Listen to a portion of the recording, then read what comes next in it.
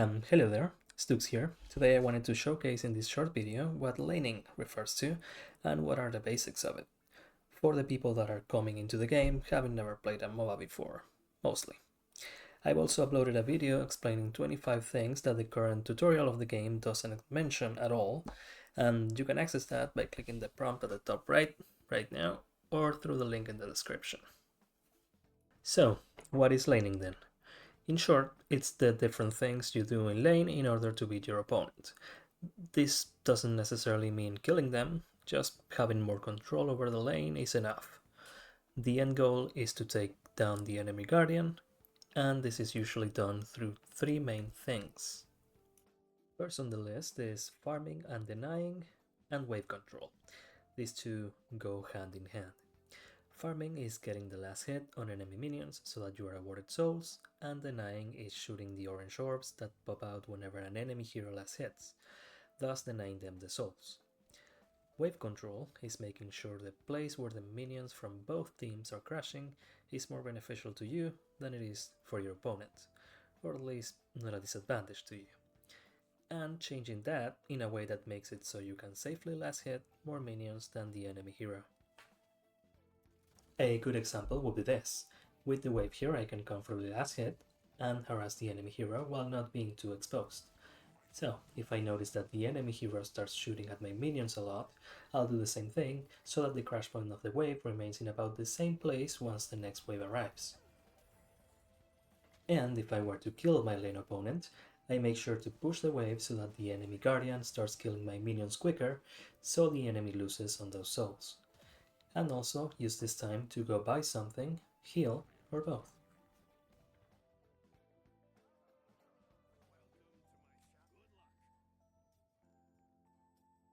Now, for an example of bad wave control, we have this. Being pushed under your guardian means that they can pick their heads from the staircase, making it harder for you to hit them, and they can shoot you or your guardian while you try to last hit without much cover available to you. So you see this guy, you probably don't want to be this guy. But take note that as the person pushing, you are exposed to ganks, and well, ganks are an enemy hero coming from behind you from another lane. So keep that in mind.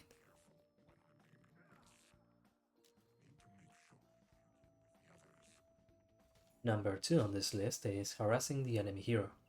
Whenever you are not last hitting or pushing the wave to hit the enemy guardian, you should be looking to deal damage to the enemy hero.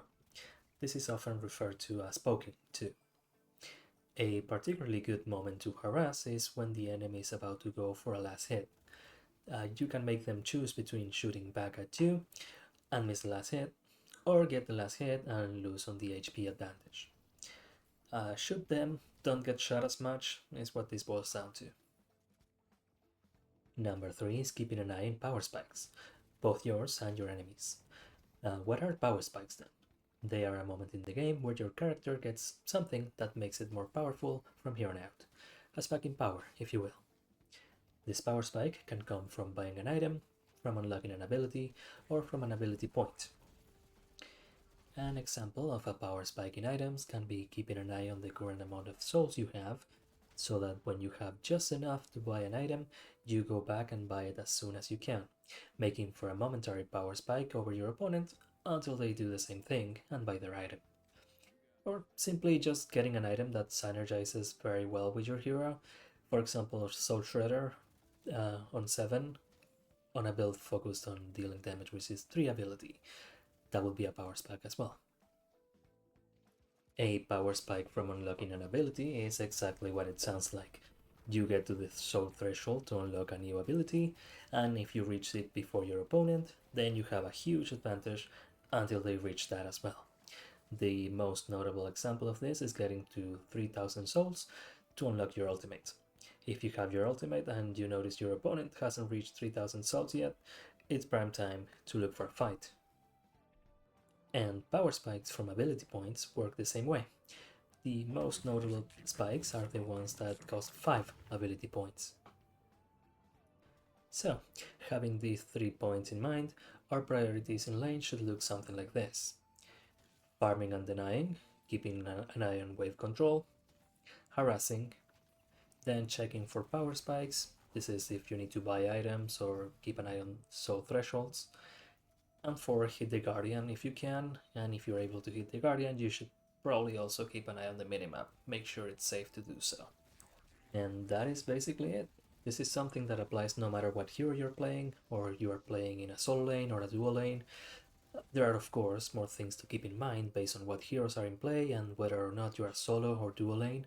For example, when you're playing against Bebop, you need to keep in mind that he has his hook every 20 seconds, so he's probably going to try and grab you every 20-ish seconds, and if he misses, you have those 20 seconds to play more aggressively. Things like that. So that's it for this video.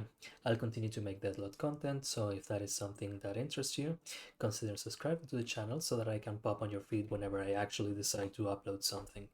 I don't have a schedule or anything, but I'll try to keep making somewhat consistent uploads.